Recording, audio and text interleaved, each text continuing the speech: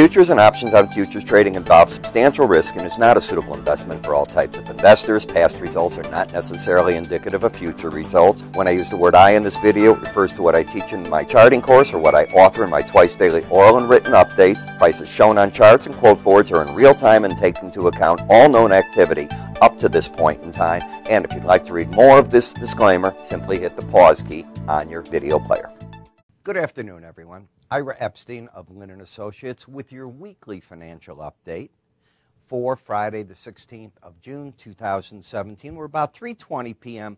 So even though the market's going to trade another 40 minutes in the futures, they're going to reopen at 3:30 in the afternoon. These will be your settlement prices.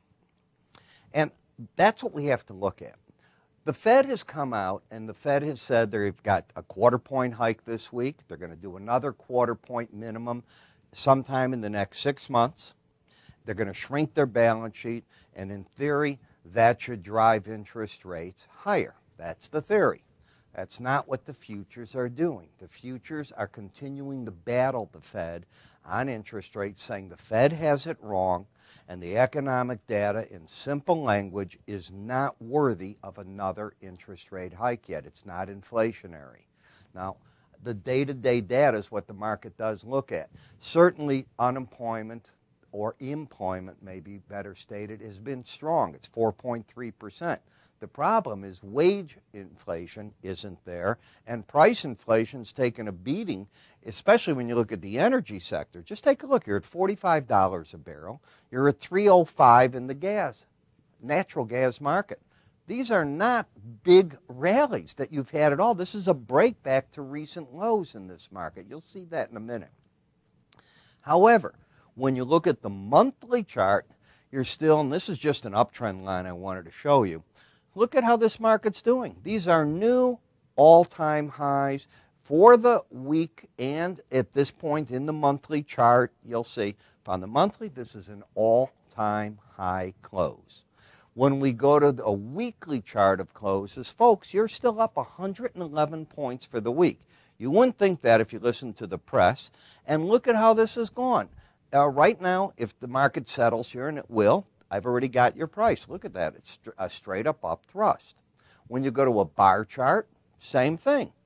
Everything's still looking bullish there. And when you go to the swing line chart, well, you've got a pattern that has not been in the swing lines bullish, but it's certainly been upside momentum as the market's over the 18-week average of closes in the 100. So you haven't had that pattern of higher highs, higher lows.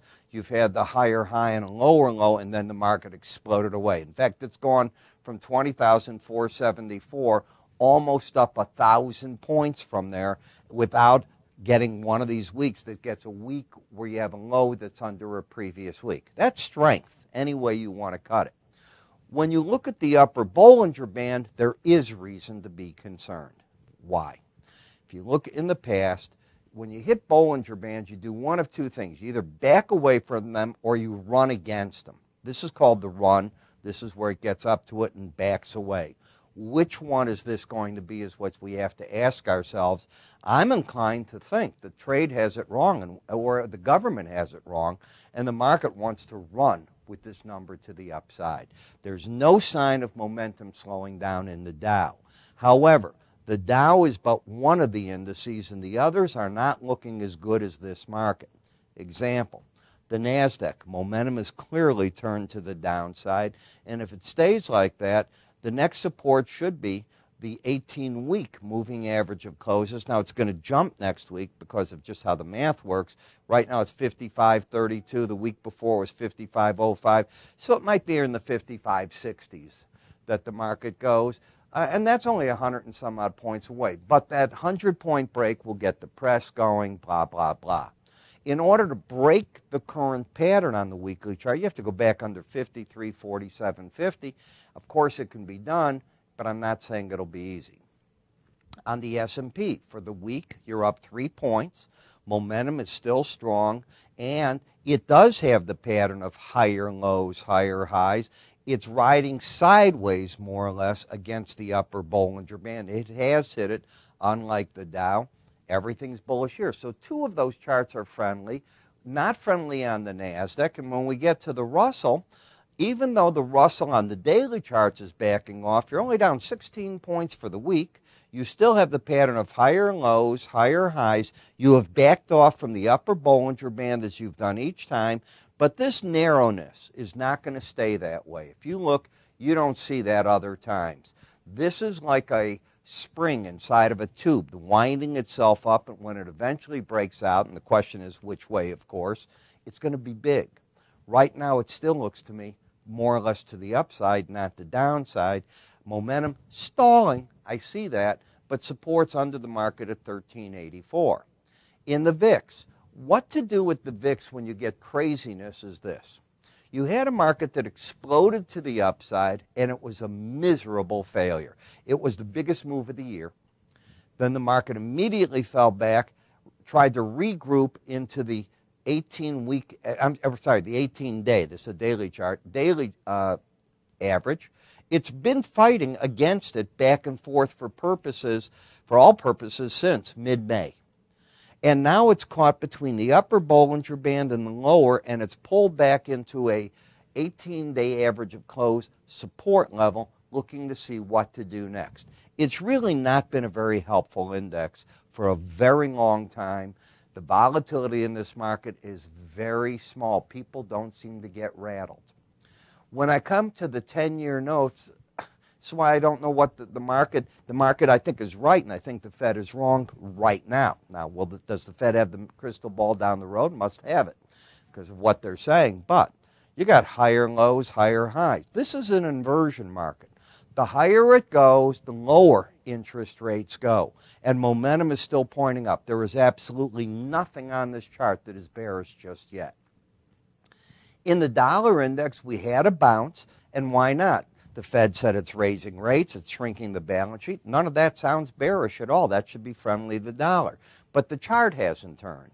The daily chart has done one thing, but the weekly chart has still got a constant pattern of lower highs, lower lows. It originally was under the lower Bollinger Band. It's moved to the right-hand side. And I think the trade is going to look at the sideways action against the 100-day average. And if the market starts down again, I think they'll pounce on it.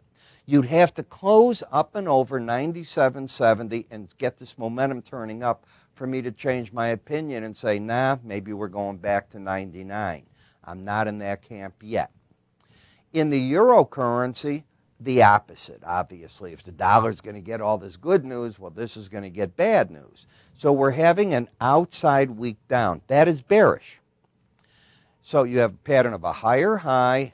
And now, what was this low that I've got that there? I'm curious myself. Maybe I have that wrong.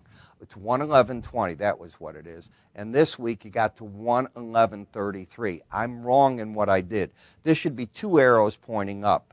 And until you take out 111.20, it's very important. You've still got momentum pointing to the upside. You've not given up anything. If you can get under that 111.20 area, and you're at 111.98, it's not a number that's right around the corner, it's important. That will hurt the market. But I'll give you another number here that's super important. Take out this week's high of 112.99, and it will be a bear trap if it happens next week or the week after. So we have to keep our eyes on that, and that's how I use outside weeks. In the British pound, you have sold off back into support at the 18-week moving average of closes. That number is 126.49.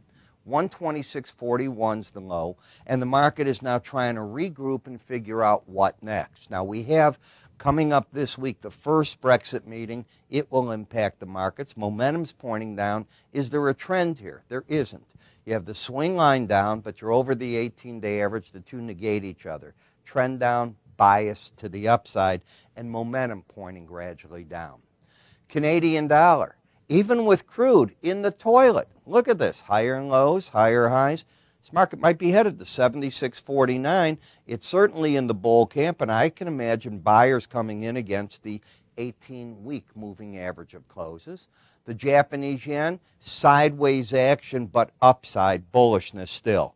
Higher lows, higher highs, outside week down. So like the euro, a problem right there, and that could be right against this top. 91.92 was the high this week, and 92.20 is the upper Bollinger Band. You did not hit it, and now the question is what happens here is you did hit the 18-week average, but you have that outside week down.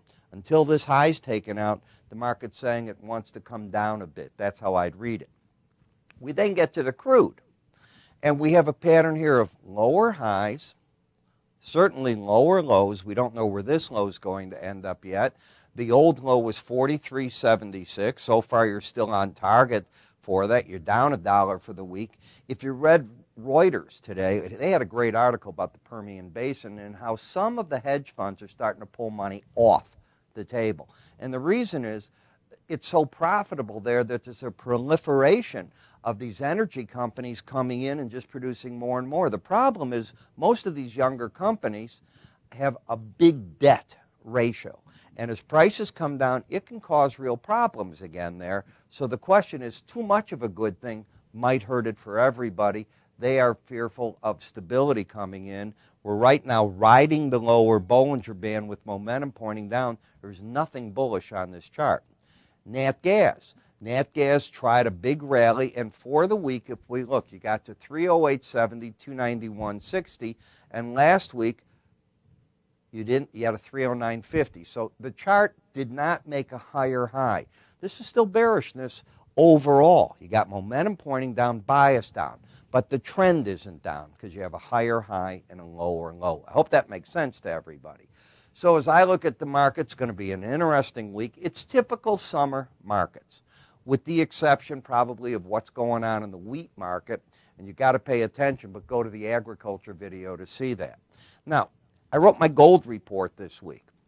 My market research I'm really proud of, and what I do is I start off in the mornings at 8:30 and I record a video that covers 40 charts. I am not in it. I sit, put on my headset, and I do on my charts with my pointer. I'm showing you what I teach in my charting course. I'm reinforcing it. If you didn't take the course, you miss a lot, but you'll have an understanding. My research is inexpensive, folks. It runs roughly $60 for every 30 days. It doesn't go on a month to month. It goes every 30 days, and I think you'll find it well worth the effort because you get the videos. I write my reports here, at least 2 a day, Monday through Thursday, another minimum of 1 on Friday. I start again Sunday night, and then my special reports, like my big gold report that I just put out.